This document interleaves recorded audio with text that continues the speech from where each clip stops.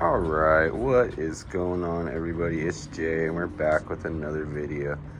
So we got some things going on with the Grom here. It's a nice beautiful day and I figure let's do a little updating. As you can see, we got this thing took apart, so I got a few more things to do here, but pretty much I got everything unplugged.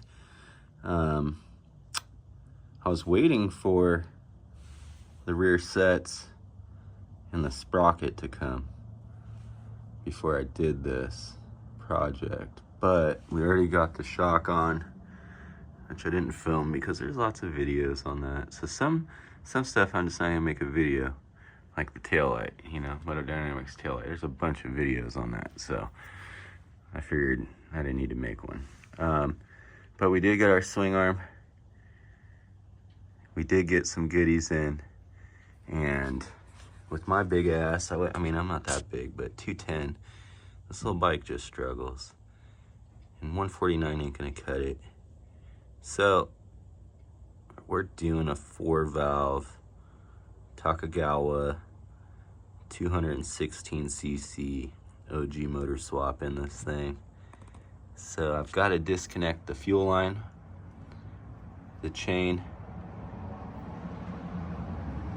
O2 sensor, 3 motor bolts, and this motor is out. And can't wait to show you guys the new spicy motor, because man, that's spicy rice. So we got a few goodies also going on. We're getting set up out here today. We got the toolkit. We got our Chimera motor mount conversion kit. We have our new ECU and O2 sensor, which I already kind of assembled. So we're gonna be running the AF2 wideband air fuel ratio and the RCX Mini. This is the stock ECU out of the Grom. And then we got the relay for the LED flashers for the front, shorty pull clutch lever, new shifter. We're gonna throw in some rock lights, and also I need to go, I actually ordered a with this Baja Designs light. It just draws a lot of power and it's always on high beam, which in my little town people just don't dig that when you're blasting them. So I'm going to use this switch as an on-off switch for the rock lights. I'm going to kind of rewire this thing, and then I ordered a Baja Designs wiring harness, which is 12 feet long. And this is not 12 feet long.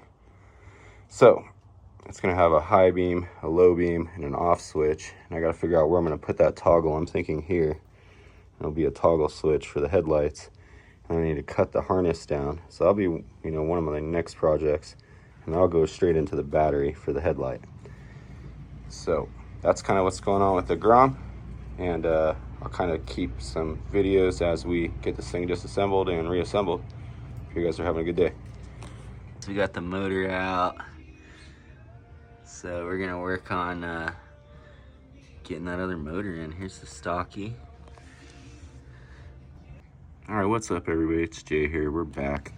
So I gotta drop the motor back out real quick because, as you can see, my bolt hole's off about 1/8 inch. So I'm gonna go ahead and I already got the frame marked here. I'm gonna notch this on both sides. And then we still got a few things to do. We got to wire, we got to change the stator out. We got to pull the stator out for this plug so it's long enough. And then we need to rewire this sensor here.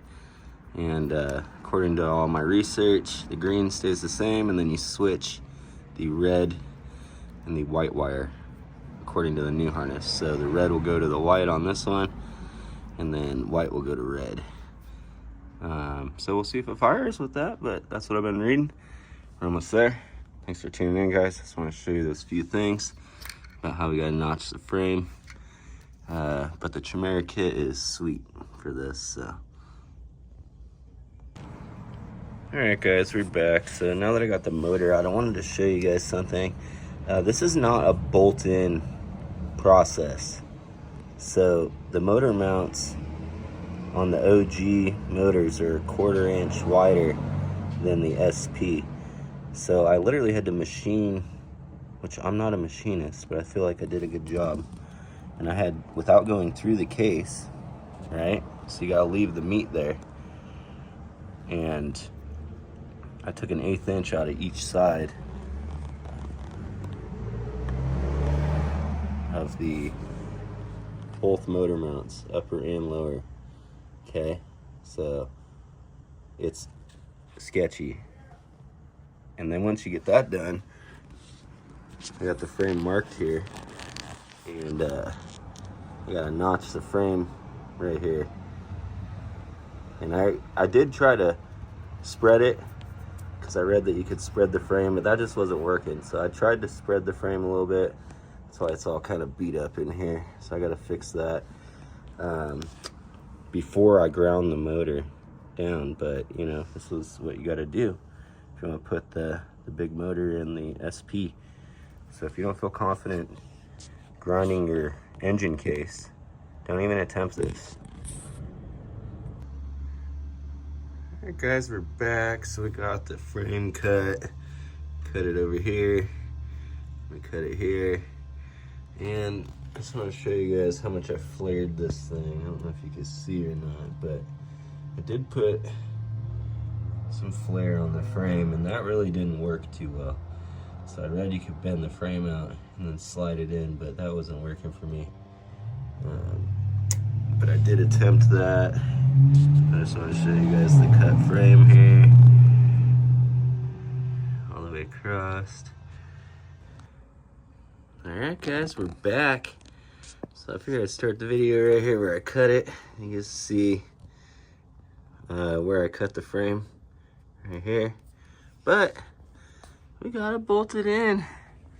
Come on.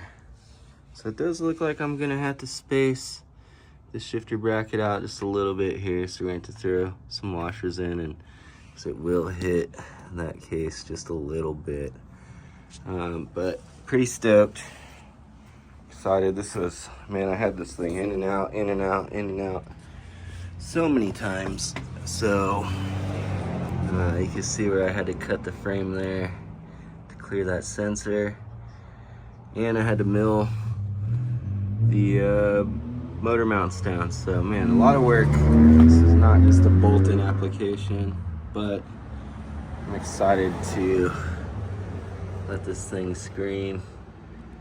37mm throttle body, Coso Performance, 4-valve T16 stroker.